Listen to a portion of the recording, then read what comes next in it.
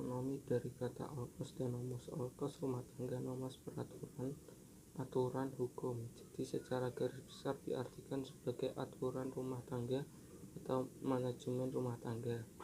Ekonomi menurut para ahli Adam Smith, ekonomi merupakan kajian sebab terjadinya kekayaan.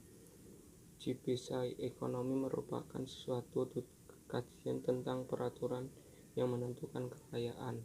Paul A. Samuel Elson, ekonomi merupakan cara yang dilakukan manusia dan memanfaatkan sumber-sumber yang terbatas untuk memperoleh berbagai komoditi dan mendistribusikan untuk dikonsumsi oleh masyarakat. Ilmu ekonomi itu ilmu yang pelajari perilaku individu dan masyarakat untuk membuat pilihan dengan atau tanpa uang, menggunakan sumber-sumber daya dan yang terbatas dengan cara tertentu untuk menghasilkan barang dan jasa sebagai pemenuh kebutuhan manusia yang relatif tidak terbatas. Ruang lingkup ekonomi. A. Ekonomi mikro merupakan cobaan ilmu ekonomi yang khusus mempelajari bagian-bagian kecil aspek individual dari keseluruhan kegiatan perekonomian. B. Ekonomi makro merupakan cabang ilmu ekonomi yang khusus mempelajari mekanisme bekerjanya perekonomian dalam suatu negara sebagai suatu keseluruhan atau agregat. Cara analisa ilmu ekonomi. A. Ekonomi deskriptif atau deskriptif ekonomi, ilmu ekonomi yang kajiannya tentang pemberian atau penyampaian data-data ekonomi yang akurat. B. Teori ekonomi atau ekonomi teori, ilmu ekonomi yang kajiannya tentang penyelidikan masalah-masalah ekonomi, menganalisa dan membuat suatu kesimpulan ekonomi. C.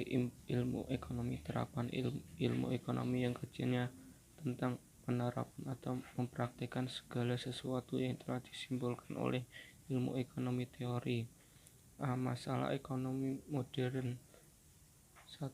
What, barang apa yang diproduksi. 2. How, bagaimana cara memproduksi. 3. For whom, untuk siapa barang diproduksi. 3. Kegiatan dalam ekonomi. 1. Produksi, usaha mempertinggi nilai guna suatu barang. 2. Distribusi, upaya menyalurkan barang dan jasa kepada konsumen. Konsumsi, kegiatan menghabiskan atau mengurangi nilai barang dan jasa. Pilihan atau kebutuhan dan keinginan dalam skala prioritas. Tindakan ekonomi, setiap usaha manusia yang dilandasi oleh pilihan yang paling menguntungkan. Terdiri dari 2 aspek. Tindakan ekonomi rasional, yaitu setiap usaha manusia dilandasi oleh pilihan yang paling menguntungkan dan kenyataannya demikian. Tindakan ekonomi intrasional, yaitu setiap usaha manusia dilandasi oleh pilihan yang paling menguntungkan dan kenyataannya tidak demikian. Motif ekonomi. A. Motif intrinsik, keinginan untuk melakukan tindakan ekonomi atas kemauan sendiri. Motif ekstrinsik, keinginan untuk melakukan tindakan ekonomi atas dorongan orang lain.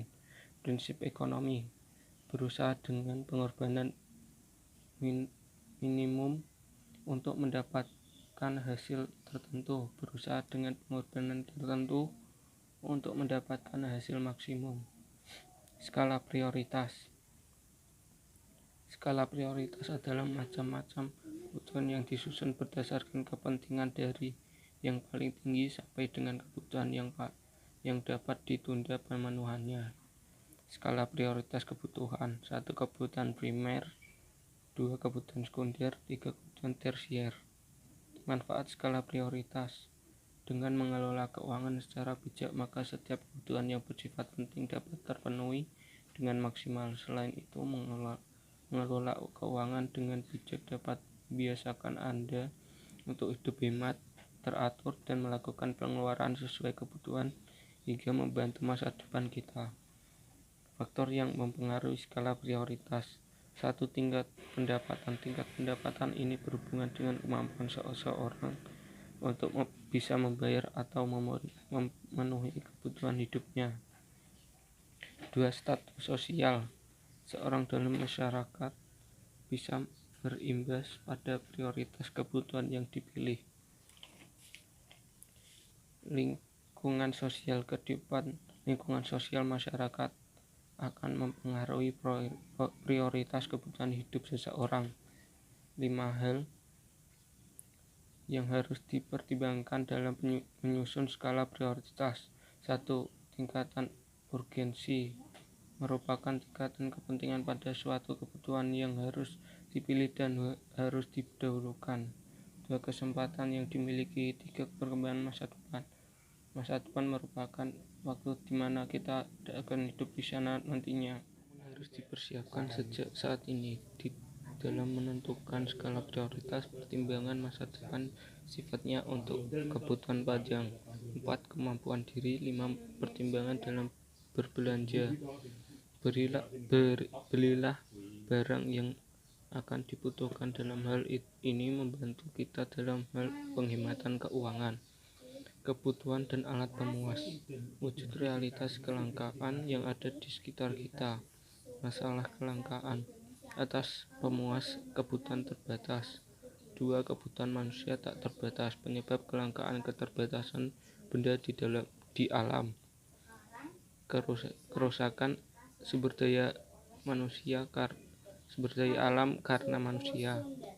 Keterbatasan manusia mengelola sumber daya. Peningkatan kebutuhan yang cepat.